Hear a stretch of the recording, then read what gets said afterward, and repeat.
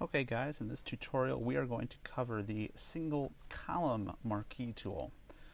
So if you go to your second selection down here under the marquee tools, and we're going to scroll down all the way to the bottom right here to the single column marquee tool and let go. Okay, so as you can see with all the other marquee tools, we're going to have this crosshair hatch, and we're going to be on the new selection again, just like the single row column marquee tool, or the single row marquee tool and the rectangle marquee tool and the elliptical marquee tool. This single column marquee tool is going to have the same options up here where you can do multiple selections, you can do a subtraction of a selection, or you can do a intersection of a selection. Of course you can feather, but with one column selected it's kind of pointless to feather. There's not really any anti-aliasing in this because of it's a square. There's really no need for an anti-aliasing, and there is going to be the refined edge option in this as soon as we select something. So let's go ahead and start selecting something.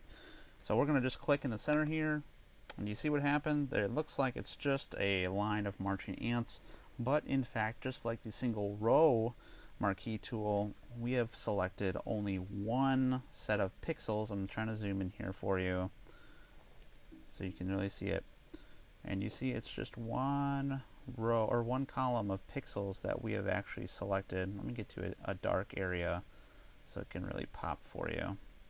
There we go. Okay, so you can see there's just one column of pixels.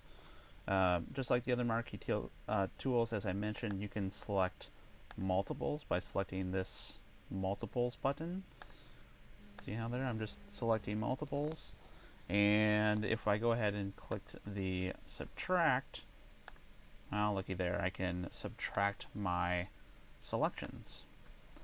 And if I wanted to do the intersect, again it's pointless here, but if I were to make a rectangle selection and then I were to take this single column marquee tool, leave it on this intersection and click, well, look it, now I just ended up with just that one tiny row of selected pixels.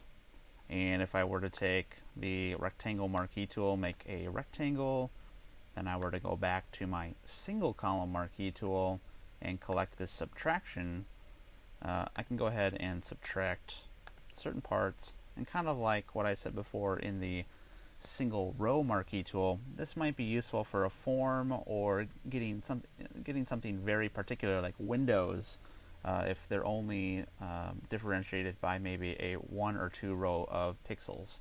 So really fine work is what this is going to be used for. Again, you will have the refine edge options with these, but mostly you're probably not going to use this single column selection tool that much either. But that is the single column marquee tool.